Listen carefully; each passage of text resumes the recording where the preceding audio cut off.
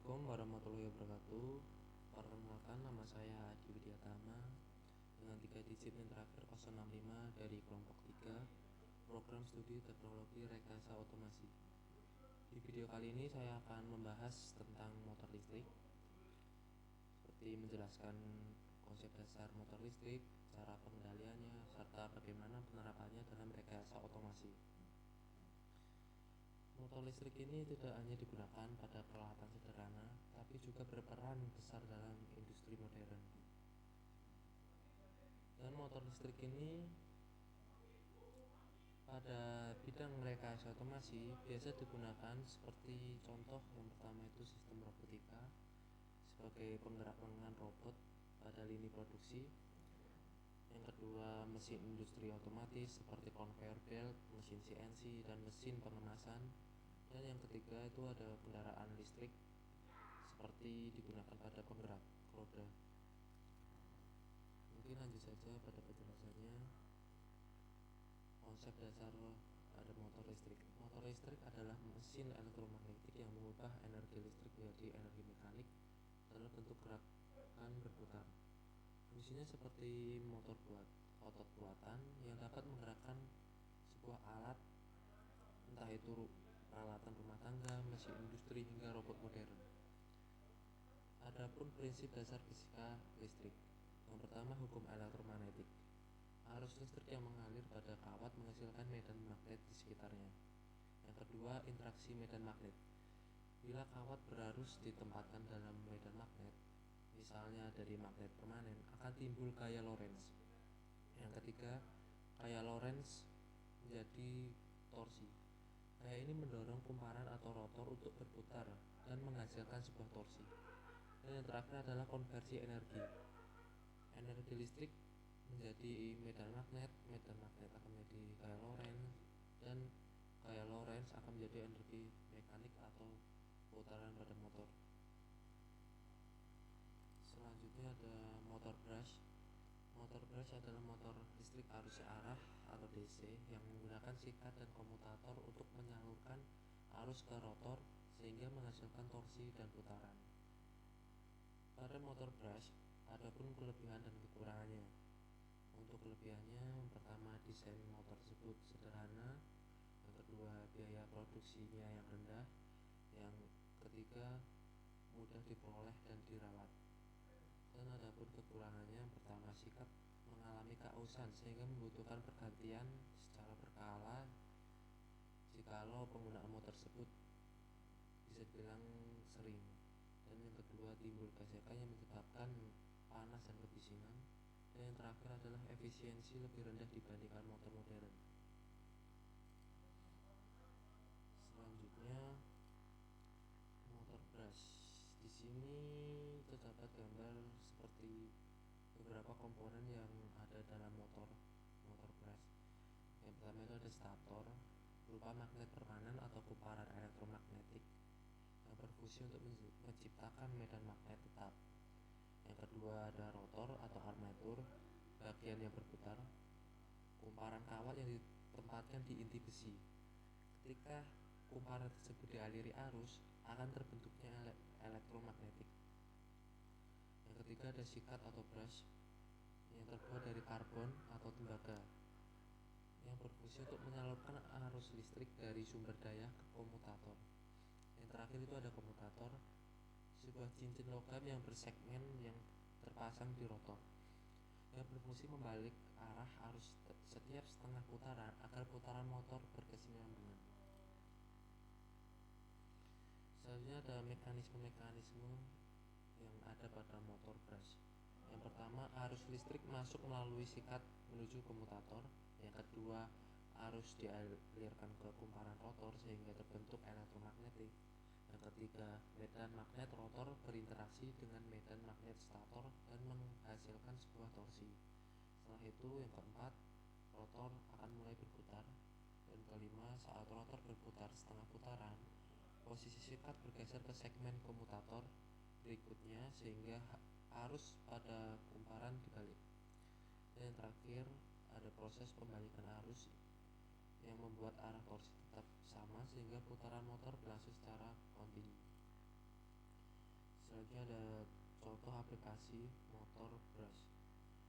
Yang pertama itu ada conveyor yang digunakan untuk pemindahan produk di jalur produksi. Yang kedua, sistem pintu otomatis. Motor brush sebagai penggerak rel pintu karena kontrolnya tidak kompleks. Yang ketiga, bor listrik yang dimanfaatkan motor brush untuk menghasilkan torsi besar saat pengeboran. Yang terakhir itu kipas angin. Motor brush digunakan untuk memutar balik-balik dengan pengaturan kecepatan tertentu pada kipas angin. Selanjutnya adalah pengendalian arah dan kecepatan motor. Yang pertama, pengendalian arah motor. Dalam prinsip dasar pada pengendalian arah motor dapat dilakukan dengan mengubah polaritas tegangan pada terminal motor agar dapat memutar arah pergerakan motor. Contohnya ketika diberi tegangan plus ke terminal A dan tegangan minus ke terminal B, motor akan berputar searah jarum jam. Tapi ketika polaritasnya dibalik, seperti plus ke B dan minusnya ke A, motor akan berputar berlawanan arah jarum jam. Selanjutnya untuk pengendalian kecepatan motor. Untuk metode ini dapat digunakan untuk mengendalikan kecepatan sebuah motor dengan menggunakan PWM atau Pulse Width Modulation. PWM adalah teknik mengatur lebar pulsa sinyal tegangan yang diberikan ke motor. Semakin besar duty cycle, misalnya 80%, motor akan menerima energi lebih lama dalam satu periode, sehingga kecepatannya akan meningkat. Dan sebaliknya, semakin kecil duty cycle, misalnya 20%, motor menerima energi lebih sedikit sehingga putarannya akan lebih lama. Selanjutnya ada simulasi edge bridge sederhana. Simulasi edge bridge ini adalah sebuah metode di mana untuk membalikan putaran pada motor seperti yang dijelaskan tadi dengan cara membalikan polaritasnya. Di sini ada metode lain yang disebut edge bridge. Edge bridge ini terdiri dari 4 saklar, bisa transistor atau MOSFET.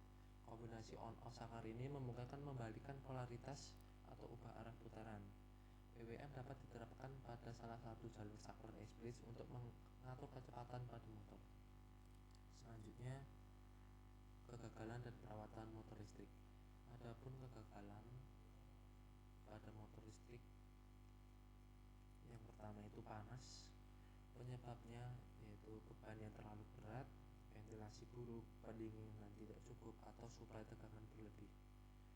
Dampaknya pada motor, isolasi gulungan terbakar, menurunkan umur motor, dan akhirnya motor bisa mati total.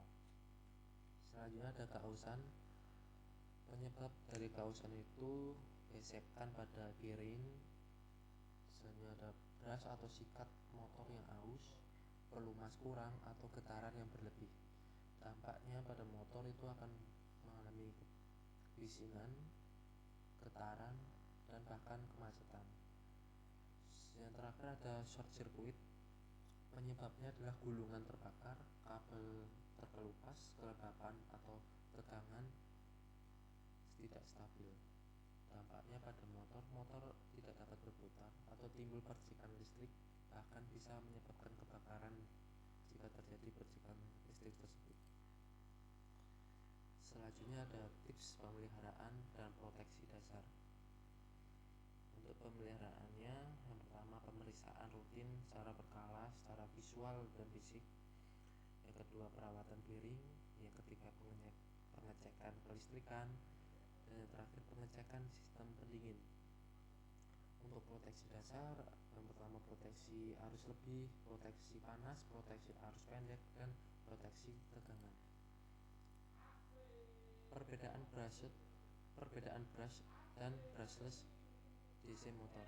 Yang pertama itu brush DC motor atau BDC, bisa disingkat BDC. Yang pertama, motor ini menggunakan sikat brush dan komutator mekanis untuk menyalurkan arus listrik menuju kumparan rotor. Yang kedua, desain yang sederhana dan biaya pembuatan yang relatif lebih murah. Yang ketiga, mudah dioperasikan dan dapat dikendalikan tanpa rangkaian elektronik yang rumit. Yang keempat, sikat dapat mengalami kausan sehingga membutuhkan perawatan rutin dan berkala. Yang terakhir, menimbulkan percikan listrik panas berlebih, dan suara bising saat beroperasi. Untuk brushless DC motor atau BLDC, yang pertama, pada motor BLDC tidak menggunakan sikat, melainkan komutasi elektronik yang dikontrol dengan sensor posisi rotor atau algoritma kontrol digital. Yang kedua, memiliki efisiensi energi tinggi karena tidak ada gesekan mekanis dari sikat. Yang ketiga, umur operasional lebih panjang dan hampir tidak membutuhkan perawatan. Keempat, bekerja dengan lebih senyap dan menghasilkan getaran yang lebih rendah. Dan yang terakhir, implementasi sistem kontrol lebih rumit dibandingkan motor brush. Ini contoh gambarnya untuk motor brush yang sebelah kiri dan motor brushless yang sebelah kanan. Selanjutnya ada bagaimana brushless dapat motor menghasilkan torsi. Di sini ada stator atau kumparan yang dialiri arus listrik 3 fasa akan menghasilkan medan magnet berputar. Selanjutnya ada rotor atau magnet permanen akan selalu berusaha sejajar dengan medan magnet stator yang mengubah gaya putar atau torsi atau menghasilkan sebuah gaya putar atau torsi. Selanjutnya ada komutasi elektronik mengatur kapan dan bagaimana harus dialirkan ke kumparan sehingga posisi medan stator selalu mendahului rotor pada sudut yang tepat. Dengan menggunakan cara ini, torsi yang dihasilkan akan lebih stabil, halus, dan efisien sepanjang putaran yang berlangsung. Selanjutnya ada kontrol listrik lanjutan. Mengapa hal ini dibutuhkan? Karena kontrol dasar pada motor DC hanya memerlukan pengaturan tegangan untuk pengendaliannya yang relatif sederhana. Namun pada motor AC, pengendaliannya cukup kompleks karena melibatkan manipulasi 3 fasa, arus dan tegangan. Kontrol lanjutan ini dibutuhkan untuk mengatasi rumitnya motor AC dan membuat motor AC bekerja secara optimal. Selanjutnya ada transformasi Clark dan Park. Yang pertama, transformasi Clark. Transformasi Clark mengubah sistem 3 fasa atau APC yang berinteraksi dengan medan magnet berputar menjadi sistem 2 sumbu tetap yang saling tegak lurus, yang disebut sumbu alfa dan beta. Sistem baru ini mempresentasikan motor dalam domain 2 dimensi atau 2D. Transformasi ini mengurangi kompleksitas dari 3 variabel AC yang berosilasi menjadi 2 variabel yang lebih mudah dikontrol. Selanjutnya, transformasi Park ini mengubah lebih lanjut setelah sistem diubah menjadi sumbu alfa beta melalui transformasi Clark menjadi sistem sumbu yang berputar yang dikenal sebagai sumbu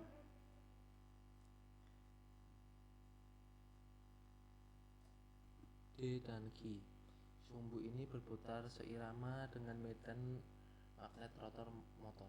Dengan demikian, semua besaran listrik yang sebelumnya berubah-ubah kini terlihat sebagai besaran DC yang stabil dari sudut sumbu D dan Q. Hal ini memungkinkan controller untuk mengendalikan torsi dan flux magnet motor secara terpisah, mirip dengan cara pengendalian motor DC yang sederhana. Selanjutnya, mengapa arus sinusoidal optimal? Arus sinusoidal atau gelombang sinus adalah jenis gelombang listrik yang paling umum dan ideal. Bentuknya menyerupai kurva gelombang sinus dari fungsi matematika. Arus ini secara terus-menerus berubah dari nilai 0 naik ke nilai puncak positif, kembali lagi ke nilai 0, terus ke nilai puncak negatif, dan kembali lagi ke 0 dalam pola yang berulang.